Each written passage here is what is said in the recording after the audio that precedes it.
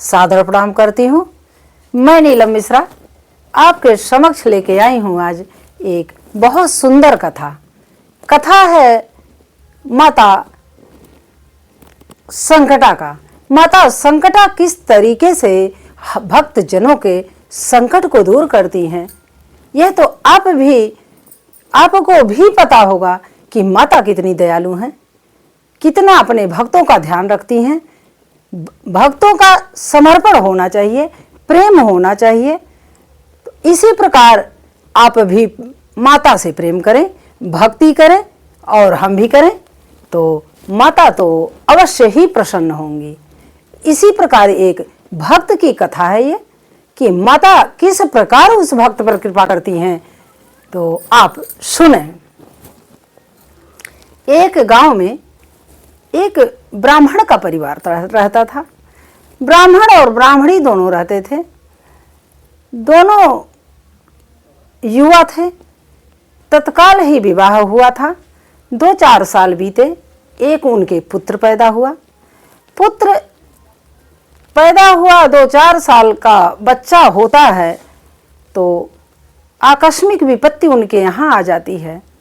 विपत्ति को क्या कहें, इस संसार का तो नियम ही है, आपत्ति विपत्ति संपत्ति सब मिलता रहता है इस संसार में, क्योंकि इस संसार में हम अपने कर्मों का सजा और सुख भोगने आते ही हैं।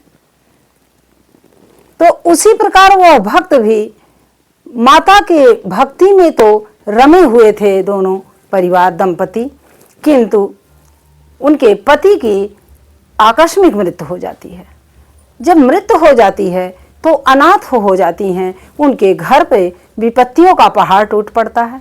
विपत्ति का पहाड़ टूट पड़ता है। छोटा सा बच्चा उनके जीवन में, वो किस तरीके से जीवन यापन करें, किस तरीके से उसका पालन पोषण करें, इस चिंता में वो महिला बहुत दुखी होती।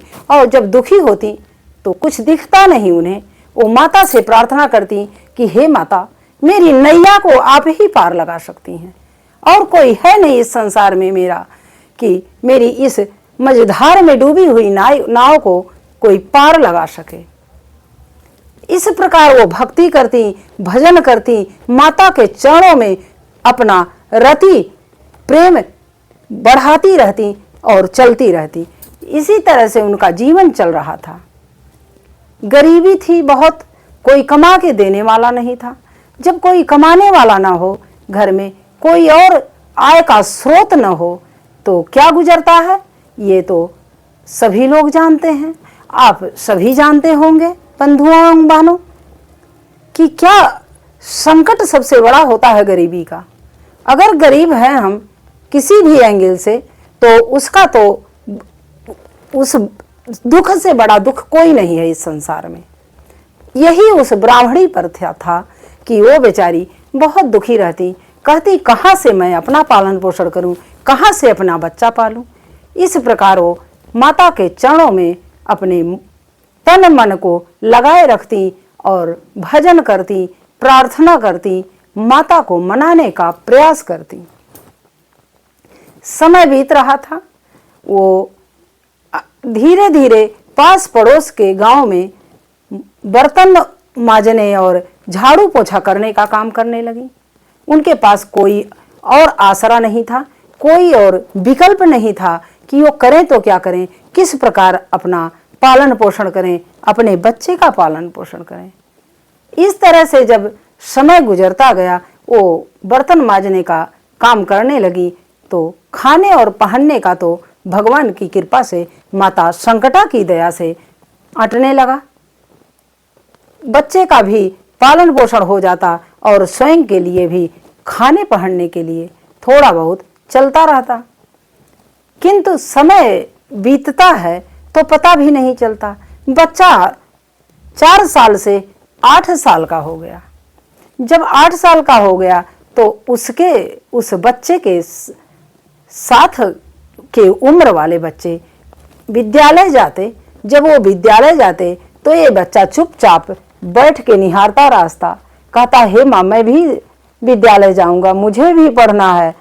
तो माता कहती कि मेरे पास खर्चा नहीं बेटा, मैं कहाँ से पढ़ाऊँ तुम्हें, मेरे पास इतना पैसा ही नहीं है कि मैं तुम्हारा दाखिला किसी विद्यालय में करा सकूं।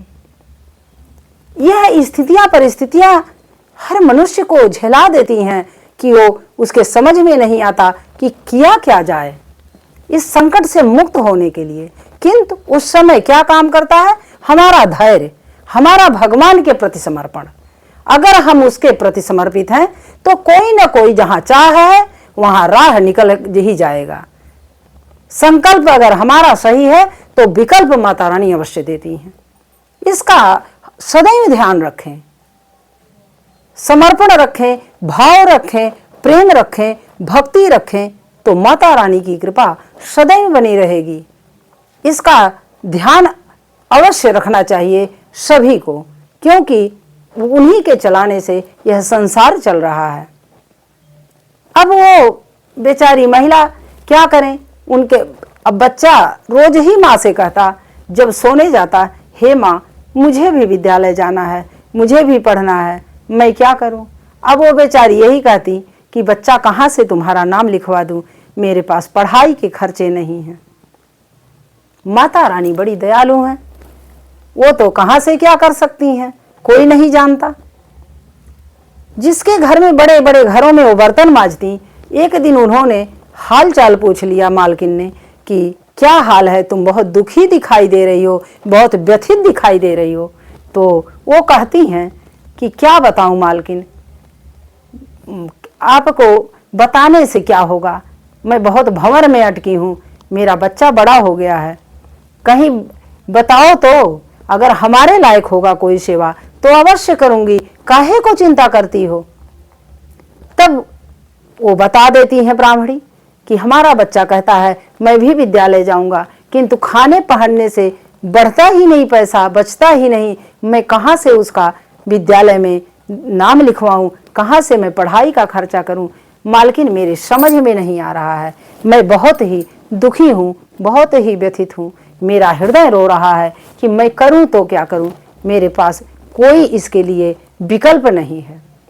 इस प्रकार जब वो ब्राह्मणी कहती हैं तो माता रानी की दया, माता रानी तो भाई बुद्धि में भी वही है, लिखा ही गया है कि या देवी सर्वभूतेषु बुद्धि रूपेण संस्थिता नमस्तस्यै नमस्तस्यै नमस्तस्यै नमो नमः।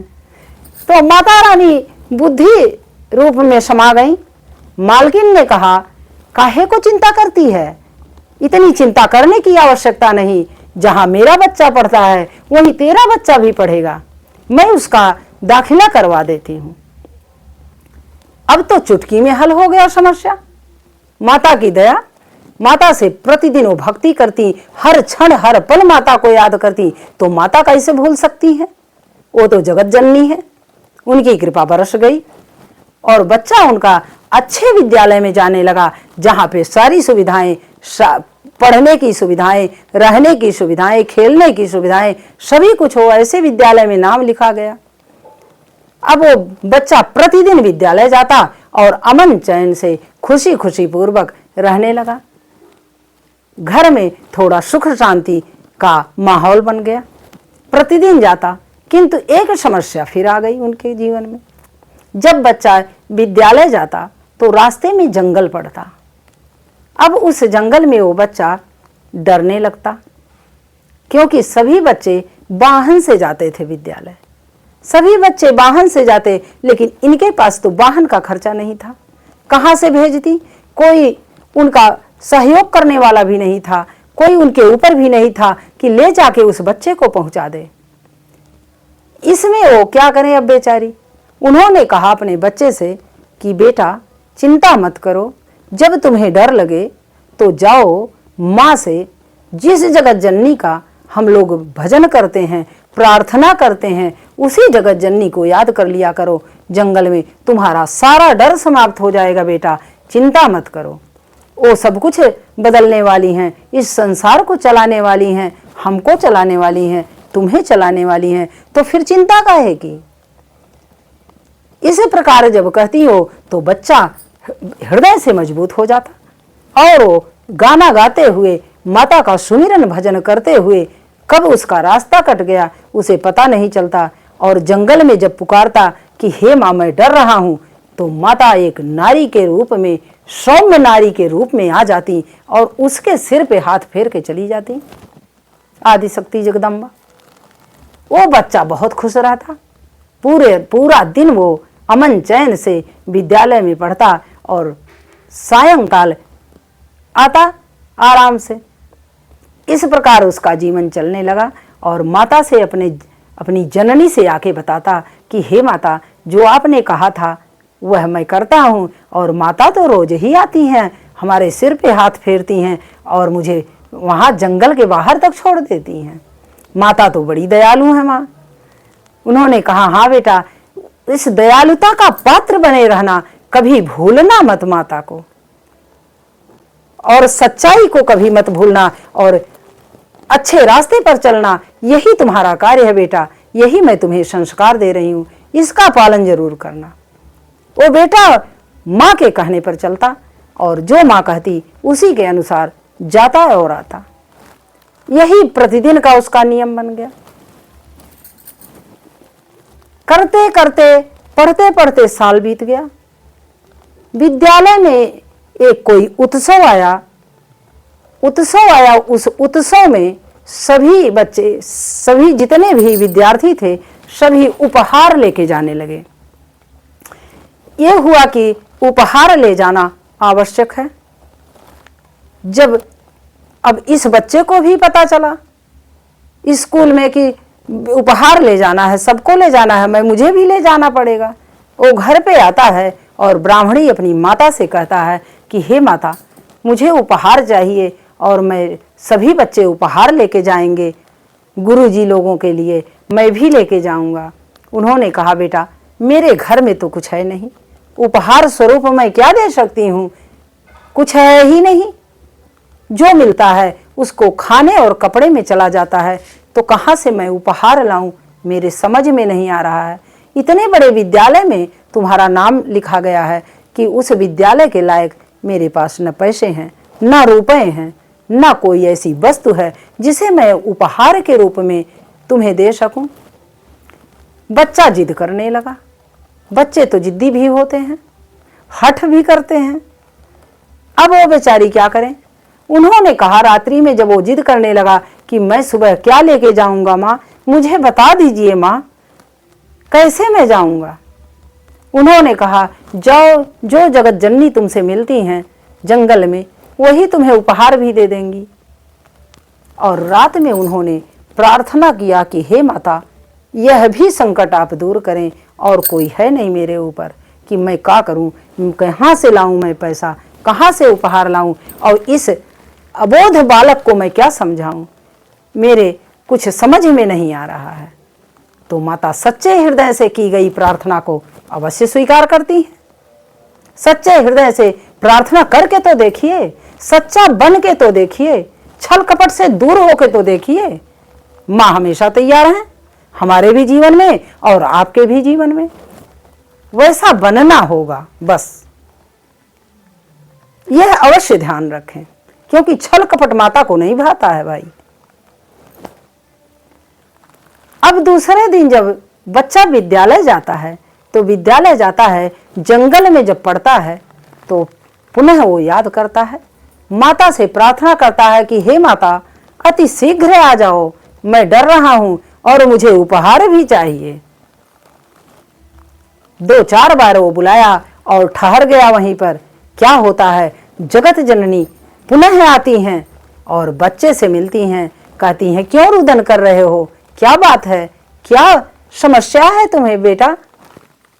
तो बच्चा कहता है कि हे माता, सभी लोग विद्यालय में उपहार लेके जा रहे हैं, मुझे भी उपहार चाहिए। माँ कहती हैं इतनी सी बात के लिए रुदन मत करो, मोती जैसे आंसू मत गिराओ बेटा, मैं तुम्हें उपहार देती हूँ। और माता रानी क्या करती हैं, ध्यान करती हैं, अपना हाथ यूं करती हैं और उनके हाथ में एक दिव्य पात्र आ जाता है। दिव्य पात्र में क्या होता है, एक कटोरा होता है और वो कटोरे में दूध भरा हुआ था। दूध भरा हुआ कटोरा उनके हाथ में आता है और वही वो बालक को दे देती हैं। बालक को दे देती हैं और कहती हैं बेटा ले जा, इसको उपहार दे देना तुम। अब बच्चा तो अति प्रसन्नता से झूम उठता है, कोमल हृदय बच्चे का। वो सोचता है कि सबसे अमूल्य उपहार तो मुझे मिल गया, अब तो कोई चिंता की बात नहीं। वो नाचते कूदते विद्यालय पहुंच जाता है। जब विद्यालय पहुंचा तो देखता क्या है कि बच्चों की भीड़ लगी हुई है। हजारों बच्चे हजारों तरह के उपहार लेके पहुंचे हुए हैं, बड़े बड़े उपहार। अब बड़े बड़े लोगों के उपहार के बीच में एक दूध का कटोरा कौन ध्यान देने वाला है? क्योंकि इस भौतिकवादी युग में लोग धन से आंकते हैं, किसी को बल से आंकते हैं, हृदय से कोई आंकता नहीं। यह सबसे बड़ी मूर्खता है इस समाज की, कि धन और बल से केवल किसी को आंका नहीं जा सकता, किसी का आकलन ऐसे नहीं हो सकता। आप उसके बुद्धि विवेक आचरण से भी करना चाहिए कि किस प्रकार कौन है। लोग आंकते हैं धन वैभव संपत्ति से, ऐसा बिल्कुल नहीं होना चाहिए, क्योंकि माता जगत जननी ऐसे लोगों को अपनी छत्र छाया से, अपनी दया से दूर ही रखती हैं। या तो मिटाएंगी और या तो दूर रखेंगी। तो हमें क्या बनना है हम तय करेंगे, आपको क्या बनना है आप तय करेंगे। तो यही बात है। सच्चे हृदय से बालक लेकर गया, वहां पर भौतिकता की आंधी थी, कोई उसका ध्यान देने वाला नहीं।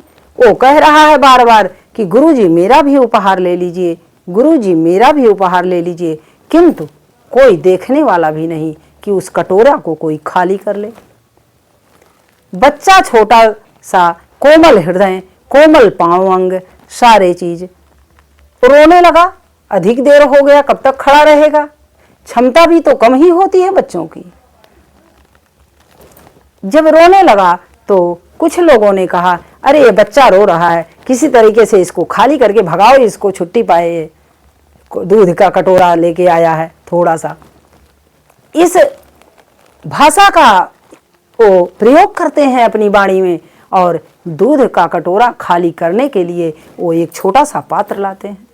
छोटा सा जब पात्र लाते हैं तो उस पात्र में खाली करते हैं तो वह पात्र भर जाता है, किंतु कटोरे का दूध नहीं खत्म होता है। इस प्रकार बाल्टी ड्रम सब कुछ लाए और सब कुछ भर गया, किंतु उस कटोरे का दूध समाप्त नहीं हुआ। जिन लोगों ने उस बालक की अवहेलना की थी, वही लोग अब उस बालक को ऐसी दृष्टि से देखने लगे, सम्मानित, कि ये बच्चा कहाँ से तुम ये दिव्य पात्र पा गए हो, कहाँ से, कौन दिया है तुम्हें, कहाँ से तुम आए हो। उसके सारे पता पूछने लगे, उसके ठौर ठिकाना पूछने लगे, उसके दिव्य पात्र के बारे में पूछने लगे। यही मनुष्य का काम है कि पहले छोटा समझेंगे और जब कुछ दिखेगा तब बड़ा समझने लगेंगे। उनके विचार का कोई अंत नहीं है, कब नीचे गिरेंगे कब ऊपर जाएंगे। यही हुआ उस बच्चे के साथ। अब क्या हो, अब जब कटोरा खाली नहीं हुआ तो सभी गुरुओं ने उनके पूछना शुरू किया, ये बता ये पात्र तू कहाँ से पाया है? उसने कहा इस पात्र को तो माता जगत जननी ने दिया है, वो जंगल में मुझसे मिलती हैं। सब लोग हंसने लगे, क्योंकि भक्त तो भक्ति की शक्ति जानेगा, वो क्या जाने। भौतिकवादी लोग कहे ऐसा कैसे हो सकता है, ऐसा बिल्कुल नहीं हो सकता, किंतु बालक ने कहा कि नहीं ऐसा ही है। जब उसने कहा तो मानने को कोई तैयार नहीं था, सभी गुरुजी लोग नहीं माने। तब एक गुरु ने क्या किया, उसका प्रमाण लेने के लिए कहा कि चलो मुझे दिखाओ कौन सी माता तुम्हें मिलती हैं, तब मैं जानूं। उसने कहा चलिए, जंगल में माँ रोज मिलती हैं, रोज ही मुझे विदा करती हैं और सिर पे अपना आशीर्वाद का हाथ फेरती हैं और मैं चला आता हूं। अब जंगल में वो लेकर आते हैं उस बच्चे को। जंगल में जब वो आता है बच्चा तो कहता है हे माँ आ जाइए, आज मेरी परीक्षा की घड़ी है। माता एक बार बुलाता है नहीं आती हैं, 2 बार बुलाता है नहीं आती हैं, 3 बार बुलाता है नहीं आती हैं, और वो गुरु साथ में खड़ा था। नहीं आती हैं तो बच्चा रोने लगता है, कहता है आज मैं दंडित हो जाऊंगा माँ, अगर आप दर्शन नहीं दोगी तो ये लोग मुझे असत्य साबित कर देंगे, मैं करूंगा तो क्या करूंगा। वो रोने लगा। तब माता ने आकाशवाणी किया। माता ने आकाशवाणी किया, रे मूर्ख पंडित, तू क्या जानेगा भक्ति की शक्ति को, तुझे तुम जैसे झूठे को मैं दर्शन दे सकती हूं। और माता ने सारी बात बताई, बच्चे का समर्पण बताया, बच्चे का प्रेम बताया, और वहीं उसके गुरु माता के चरण में गिर पड़े और कहे कि हे माता, मुझसे बहुत गलती हुई। माँ जगत जननी परमात्मा परीक्षा की चीज नहीं है, प्रतीक्षा की चीज है। हमें अपनी भक्ति से प्रतीक्षा करके प्रसन्न करने की कोशिश करना चाहिए, ना कि उनकी परीक्षा लें। परीक्षा लेना हमारे लिए सिद्धघातक होगा, आपके लिए भी सिद्धघातक होगा। इसलिए अपने लिए घातक कोई काम ना करें, ये सबसे उचित मार्ग है। परमात्मा की भक्ति करें, वो चाहे माँ के रूप में करें, चाहे पिता के रूप में करें, चाहे हनुमान के रूप में करें, बात एक ही है, सभी रूपों में वही हैं। माता ने कहा ही है कि एको हम द्वितीयो नास्ति। तो इस प्रकार माता दया करती हैं बालक पर, और बालक का दिन फिर जाता है और सभी लोग उसको बहुत बड़ा समझने लगते हैं। इसी प्रकार माता उसको, उस पंडित को भी आशीर्वाद दे देती हैं और वो माता का सच्चा भक्त बन जाता है। तो इस प्रकार बंधुओं एवं बहनों, आप भी भक्त बने, हम भी भक्त बने, सच्ची भक्ति रखें और माता के कृपा का पात्र अवश्य बने। तो अगली वीडियो लेकर फिर उपस्थित होंगी आपके मध्य। आज यहीं पे मेरी कथा समाप्त होती है। तो जय माता दी।